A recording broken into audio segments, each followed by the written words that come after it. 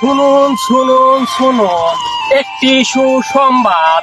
আগামীকাল রাজামশাইয়ের খাসি ছাগলকে যে পেট ভরে খাওয়াইতে পারবে, রাজামশাই তার নামে অর্ধেক সয় সম্পত্তি লিখে দেওয়া হইবে। শুনুন শুনুন শুনুন। এ ভাই দেখো তো দেখো তো ওই ছেলেটা মাইকে কি প্রচার করে বেড়াচ্ছে, একটু ডাক দাও তো। ডাক দেবো রে? হ্যাঁ ডাক দাও ডাক দাও। ঠিক আছে। এই ছেলে এদিকে আসো তো, এদিকে আসো। এই ভাই ডাকতেছে, এদিকে আসো। কি প্রচার করতেছ, এদিকে আসো।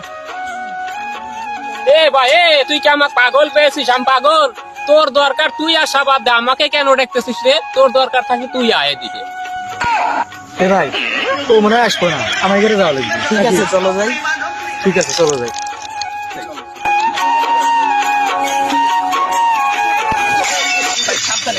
ভাই ধীরে ধীরে দেখতে ভাই, কি প্রচার করতেছ?